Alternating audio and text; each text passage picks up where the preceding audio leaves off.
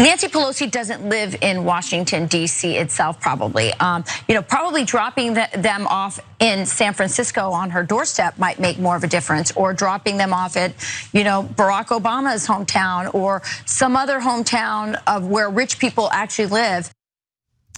That was Fox News's Rachel Campos-Duffy, who is not too pleased with Texas Governor Greg Abbott and his latest immigration policy of essentially taking asylum seekers and offering them voluntary bus rides to Washington, D.C.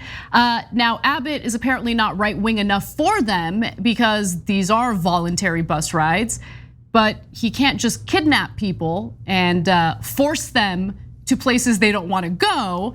And I kind of love every part of this story, because here you have a governor who's flexing and trying to give this illusion of being this effective, tough guy on immigration. In reality, it doesn't go far enough for these rabid right-wingers who want to brutalize people who are seeking asylum in this country. And so we should get to a little more from Campos-Duffy, and then I'll tell you how Abbott is responding to it. Looks like they're getting greeted, Will, by a bunch of NGOs who know they're going to arrive, and they're given packets. And if they're El Salvadoran, Honduran, Central American, they probably want that ride. They have a huge community of Central Americans who live in Washington, D.C. area. So I'm not sure I get this. I wanted the constitutional crisis that would take this to the Supreme Court so we could get some clarity on this, Will. There's no doubt they want this ride. This is a voluntary bus ride. In order for one of those illegal immigrants to get on the bus to Washington, D.C., they have to volunteer to do so. We've learned that. And we've learned that in the context of asking, why doesn't Texas, why doesn't Governor Abbott, why doesn't any other state just simply deport them? If you're loading them up on buses and sending them to Washington, D.C., why don't you load them up on buses and send them back to Mexico? Why don't you load them up on buses and send them right back to Mexico? It could be because he doesn't have the power to do that. But anyway, Cenk. Yeah, it would be illegal. And in fact, the person who said that is Greg Abbott. When he was asked about it, he said it would be kidnapping. I literally can't do that. So that's why the buses have to be voluntary, which then makes them absurd. So Fox is not wrong for saying, well, this seems like you're giving them a free ride. Yeah, that's literally what Abbott is doing. That's why he's kind of clowning himself. And now he's got new locations that he's going to suggest. Yes. No, I love it, because he's backed into a corner because he's trying to appeal to people who want him to do illegal things. And the number one thing that former Trump administration officials wanted him to do was to declare a state of emergency in response to immigrants coming to the border.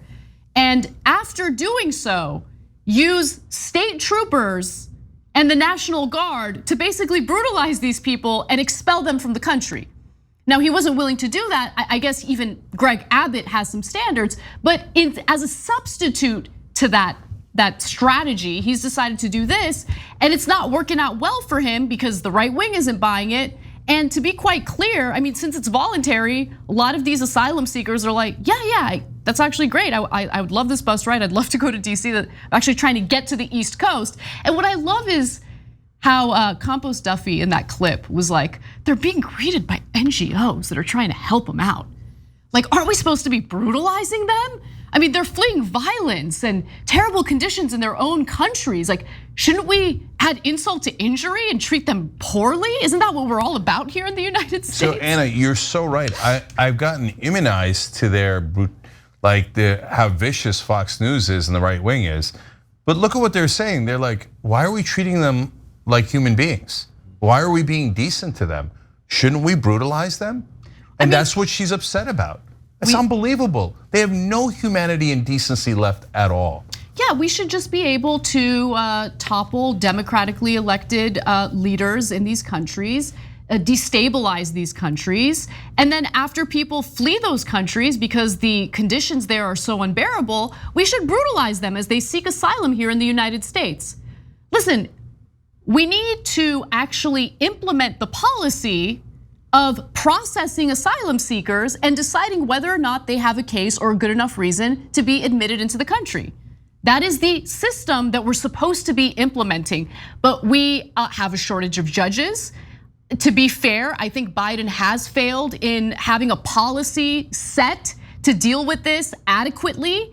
And as a result, right-wingers are freaking out and they're making up stories about criminals like flooding into the country. And then you also have these political chest puffing contests with Greg Abbott claiming like he's the tough guy, when in reality, there isn't really much he can do. And what they're asking him to do, again, is illegal. So how is he responding to this? Well, in my opinion, more nonsense. Here's the latest clip of Abbott on Fox News. As we're speaking right now, Sean, the 7th bus is en route from Texas to Washington, D.C.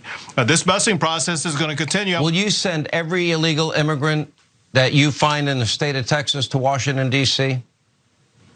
We're going to load them up and send them to Washington, D.C. If we run out of room there, Delaware looks like a great location. I'm gonna send him to Delaware because that's where Biden's from. Like he's trying to make a point, right? Yeah, so cute. Okay, send him to, but you can't force them on the bus. Again, it's voluntary. So if you're offering rides to Delaware too, nice, I guess.